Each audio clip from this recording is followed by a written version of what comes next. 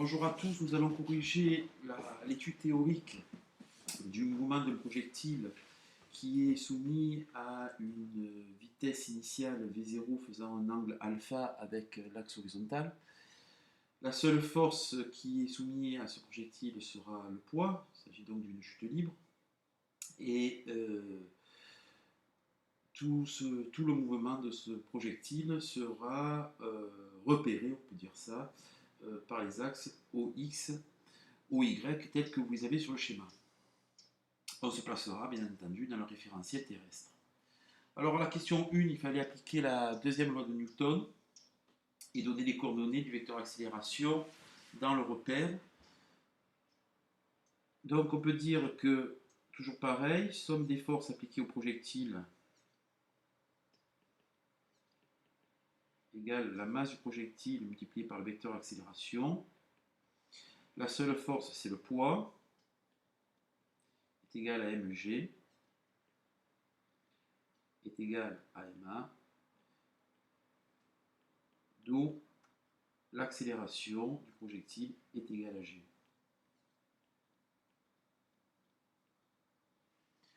Alors, je vais représenter en 2 points le vecteur g, qui est dans cet exercice le champ de pesanteur qui est considéré comme uniforme en tout point. Et l'accélération a donc deux composantes, comme tout vecteur dans le repère, sa composante suivant l'axe des x et sa composante suivant l'axe des y. Comme le vecteur accélération est égal au vecteur g, la composante du vecteur accélération suivant l'axe des x est égale à la composante du vecteur g suivant l'axe des x. Même chose pour l'axe des y. Alors, que vaut la composante du vecteur g suivant l'axe des x? Eh bien, lorsque vous projetez le vecteur g sur l'axe des abscisses, sur l'axe horizontal, cette projection donne un point, ce qui veut dire que cette composante est nulle. On a donc ax est égal à 0. Que vaut ay? Projetons le vecteur g suivant l'axe des y. Je vais faire ça en vert. Donc vous voyez que cette projection elle est ici. Je vais l'appeler g porté par le vecteur unitaire j, à condition que le vecteur unitaire j, voilà le vecteur unitaire j. Je vois bien que cette projection a un sens contraire à l'axe y, et donc l'accélération suivant l'axe des y vaut la pesanteur suivant l'axe y qui vaut moins g. Pourquoi moins g? Je le répète, parce que la projection de g suivant l'axe y est contraire à y. Alors, on va le faire suivant l'axe des z aussi. Az sera aussi égal à 0, puisqu'on peut considérer que l'axe OZ est un axe qui sort de votre écran d'ordinateur, dont la projection du vecteur g est nulle. Question 2. Déterminons les coordonnées du vecteur vitesse Vx, Vy et V2z. Alors, pour cela, il faut rappeler que Ax, c'est la dérivée de la composante du vecteur V suivant l'axe des x. Pareil pour AY. Et pareil pour l'accélération suivant Z. Alors, le vecteur V, même chose à 3 composantes. V de x qui vaut quoi? Eh bien, lorsque je vais dériver V de x par rapport au temps, il faut trouver 0. Donc, V de x est égal à une constante que j'appelle CE. Que vaut V de y? Lorsque je vais dériver V de y par rapport au temps, on doit trouver moins g, puisque la dérivée de Vy par rapport au temps est égale, est égale à A de y. Donc V de y égale à moins gt plus une constante, qui est la constante 2. Et V de z, la même chose, dv de z sur dt égale à 0, donc V de z est égal à une constante qu'on appelle constante 3. Alors je vais déterminer cette constante 1. Pour cela, il faut se placer à t égale à 0. que se passe-t-il à t égale 0 pour v de x? Alors, je vais représenter, hop, il faut revenir sur mon, voilà, je vais représenter le vecteur v0, le vecteur vitesse à t égale 0. Ce vecteur vitesse, il est noté v0, il fait un angle alpha avec l'axe horizontal. Alors, que vaut v de x à t égale à 0? Le vecteur vitesse à t égale à 0 est appelé v0. Il a deux composantes, une suivant l'axe des x.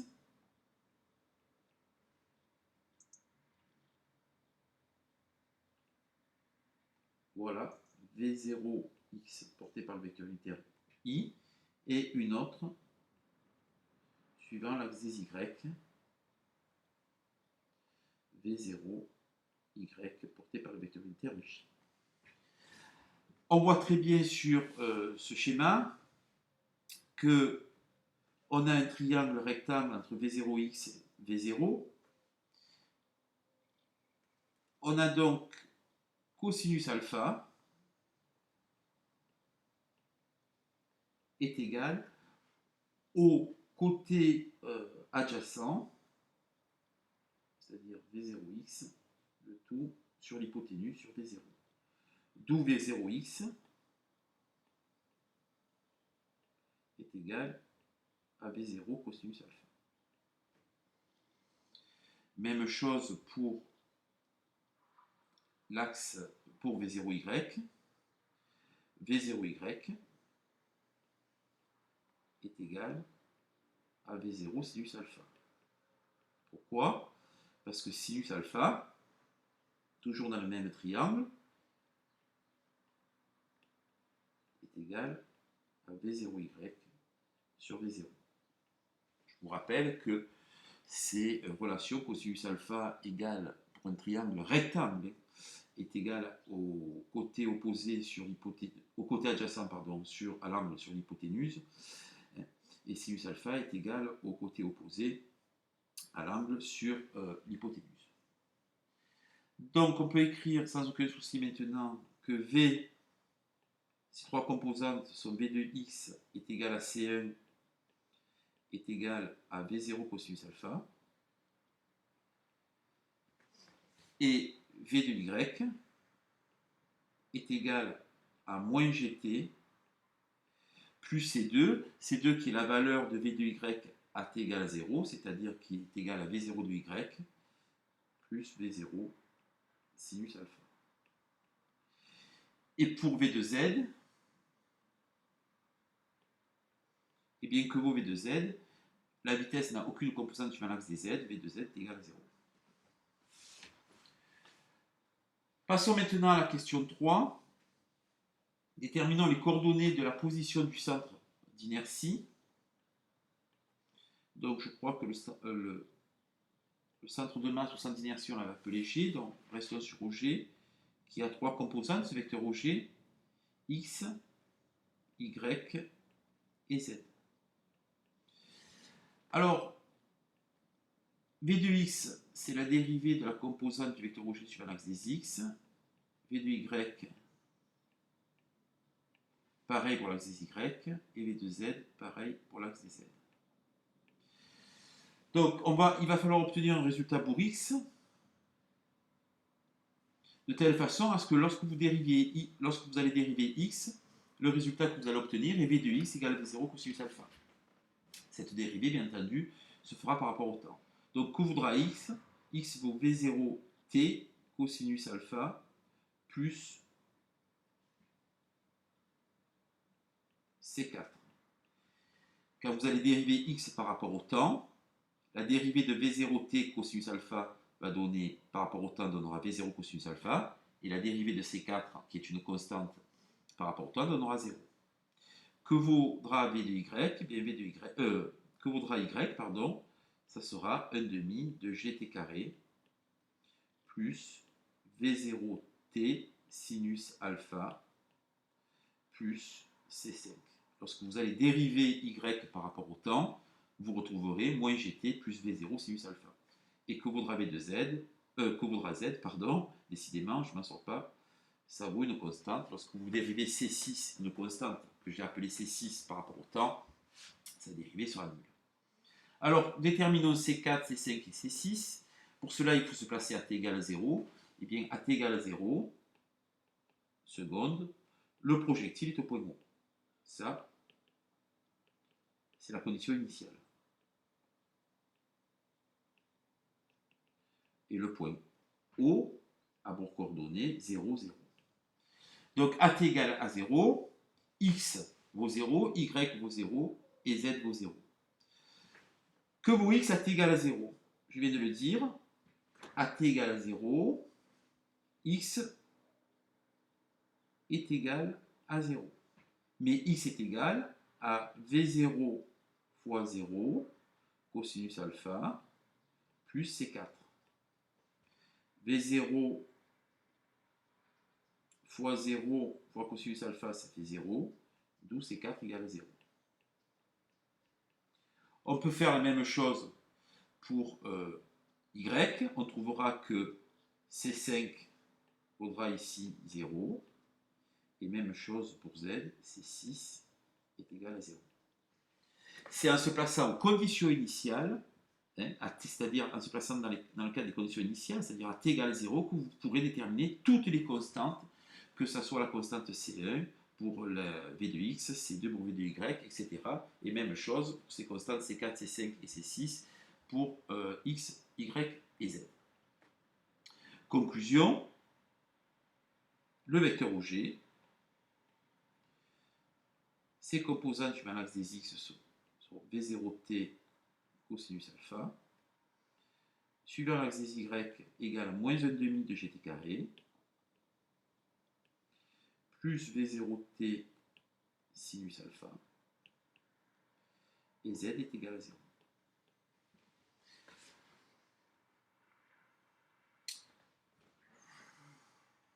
Nous avons établi ici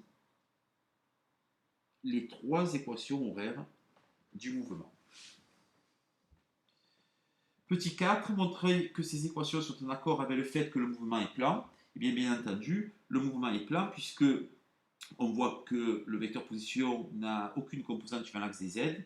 Donc le mouvement ne se fait que sur le plan O, X et Y. Il s'agit donc d'un mouvement plan. Comment peut-on qualifier le mouvement pour la question 5 ? Sur l'axe horizontal, OX. Alors, sur l'axe horizontal OX, donc la trajectoire est rectiligne.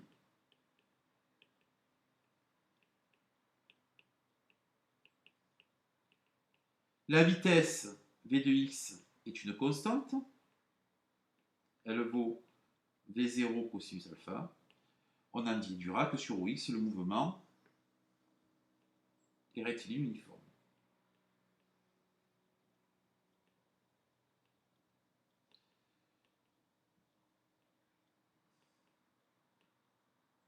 Sur l'axe OY,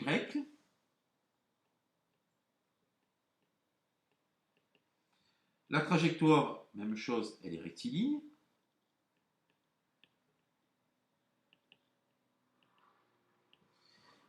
L'accélération A de Y est une constante qui vaut moins g. On en déduira que suivant l'axe des Y, le mouvement est rectiligne, uniformément accéléré, ou plutôt uniformément décéléré lorsque le mobile monte, et uniformément accéléré lorsque le mobile descend.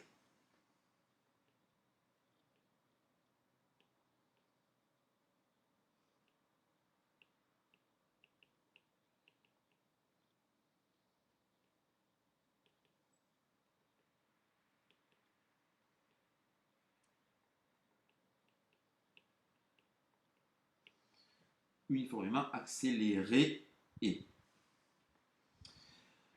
Question 6.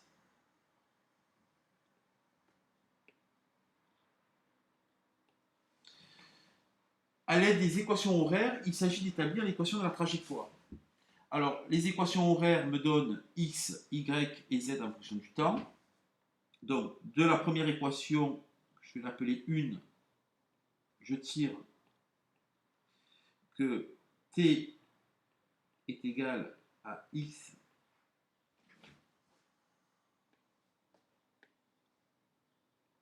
sur V0 cosinus alpha. Et je vais injecter cette expression dans l'équation 2.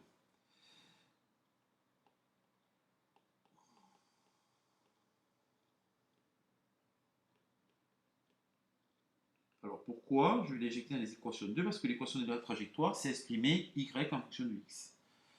Donc si j'injecte cette expression dans l'équation 2, je vais me retrouver par y égale à moins 1,5 de g. Alors t carré, ça fera x carré sur v0 carré cosinus carré alpha, plus, je vais doucement, v0 fois t, multiplié par x sur v0 cosinus alpha, que je multiplie par sinus alpha, ne pas oublier. Alors les v0 s'en vont. Sinus sur cosinus, eh bien, c'est la tangente.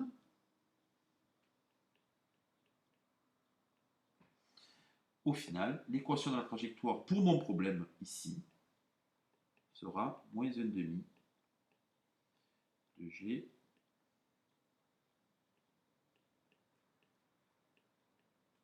plus x tangente alpha.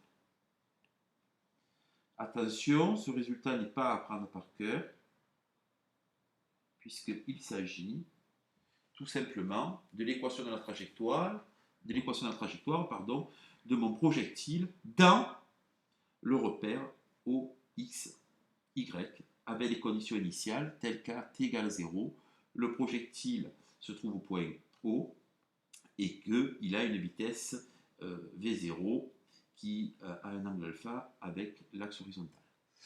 Voilà, merci, à bientôt.